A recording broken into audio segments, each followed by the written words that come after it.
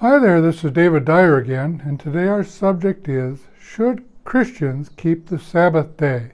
Now I know that this really gets people excited. It's a controversial subject. Many people have strong opinions about it one way or the other. Some Christians believe that they forget about the Sabbath once they become a Christian, and other Christians are trying very hard to keep the Sabbath.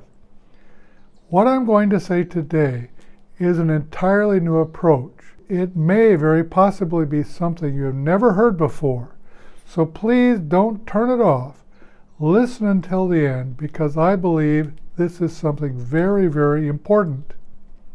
Something which many Christians do not understand, and something which, if they understood, would change their Christian lives. Many Christians think that Jesus came to do away with the law. Well, let's think about that. Jesus said he didn't do away with the law. He didn't come to get rid of the law, but to fulfill it. In the law are 10 commandments, one of which regards the Sabbath day. But there are also others. Now, when Jesus came along, what did he say about these commandments? Let's look at one of them. You shall not kill, or better, you shall not murder. Now, Jesus didn't suddenly permit murder. Instead, he raised the bar on this commandment way beyond our reach. In the Old Testament, you weren't supposed to murder people.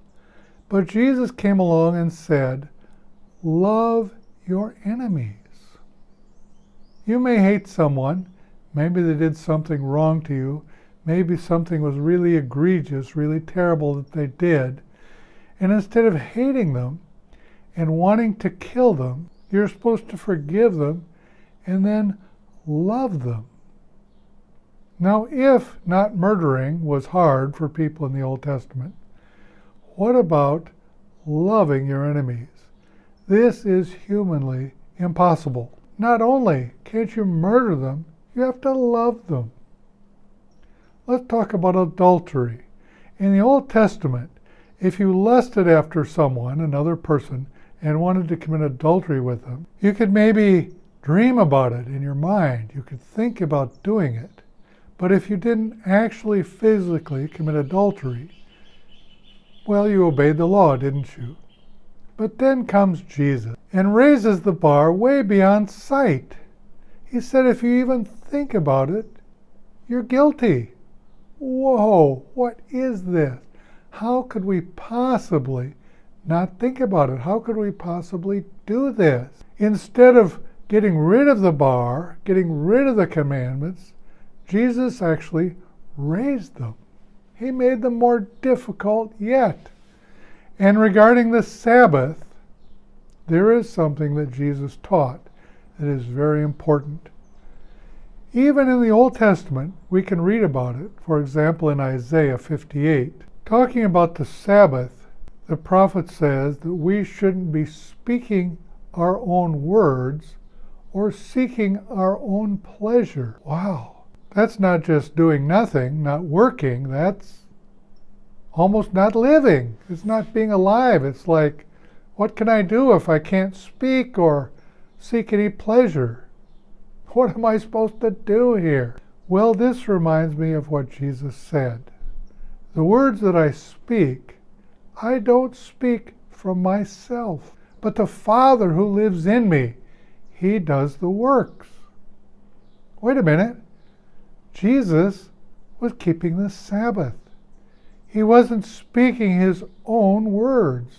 Instead, the words that he spoke were given to him moment by moment by God, by the Father who lived in him. He said, and I live by the Father. Let's look at this closely. I live by the Father. The works that I do aren't mine. The words that I speak aren't mine. I'm living by the Father. Wow. There was another life in him besides the human life that he received from Mary. There was a divine life, and that life was living in him. Let me tell you a secret. When that life lives in you and lives through you, you fulfill the law. Isn't that amazing? It's not by trying, it's not by effort. It's by having another life source, a divine life in you, which fills you and lives through you. And this life loves your enemies. This life doesn't imagine committing adultery. The Sabbath is a law, I think, that is most mentioned in the Old Testament. It is extremely important to God. But how are we to understand this? In Hebrews we read that there remains a rest for the people of God, and that we should enter into it. Not only we should enter into it, but we should fear. We should be afraid. We should have a fear lest we come short of it. Wait, what? We're supposed to fear something? Not entering the Sabbath rest? Absolutely. That's what the Bible teaches. We are supposed to be entering into a Sabbath rest, not just the seventh day, but all 7 days. The bar is higher.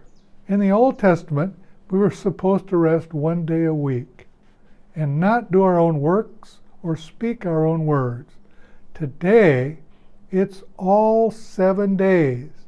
You aren't supposed to be living. You aren't supposed to be talking. You aren't supposed to be seeking your own pleasure. You are supposed to be entering into a rest which is available in Jesus Christ. And you are supposed to be afraid, have a fear of God, of not doing this. How many people are arguing about some superficial question of whether the seventh day is to be kept or not, when the New Testament teaches something much more profound and real? This rest, not speaking your own words or doing your own thing. Wait a minute, am I supposed to be dead? Well, yes, that's the idea. We are supposed to be experiencing a death to ourselves, a rest so complete that it looks like a coffin, a rest so total that it is no longer we who live. This is the real Sabbath rest of God, to which we are called. We need to be living by another life. When we are born from above, when we are born of God, we receive the Father's life. And God's intention is that this life become the source of all our living, that we cease to be, we enter into a rest so deep that it is the grave. We become crucified with Christ, and the life of Christ fills us and lives through us. Are you keeping the Sabbath? The real Sabbath, Jesus' Sabbath, the spiritual Sabbath? Or are you just arguing about what you can do on 1 day of the week? Are you still living? You should be afraid. The Bible says so. You need to fear lest you come short of entering into that rest, ceasing from your own works. He who has entered the rest has ceased from his own works, ceased from his own words, ceased from seeking what he wants. This is the gospel message. Let us enter into God's rest so that he can be glorified in us and through us.